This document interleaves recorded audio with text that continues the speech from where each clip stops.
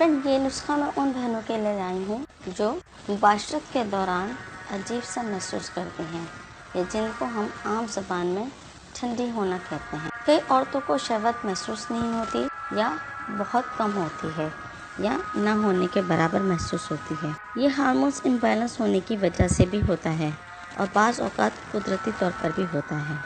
अगर आप शादीशुदा हैं तो ये मसला संगीन हो सकता है और बाज़ औक़ात मियाँ बीवी के झगड़े की वजह ये चीज़ बनती है।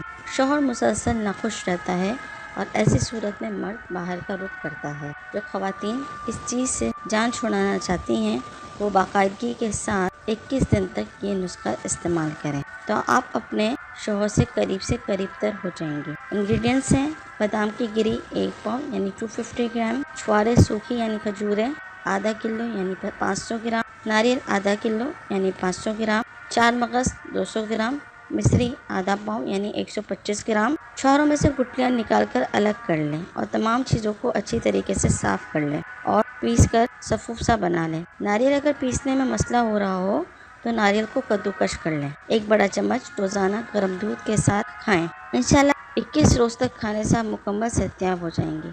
आपको कुदरती तौर पर गर्मी महसूस होने लगेगी। यह जिस्मानी कमज़ोरी के साथ दिमाग के लिए भी बहुत फ़ायदेमंद है। अक्सर ख़वातीन की कमर में दर्द रहता है, हर वक्त शिकायत रहती है।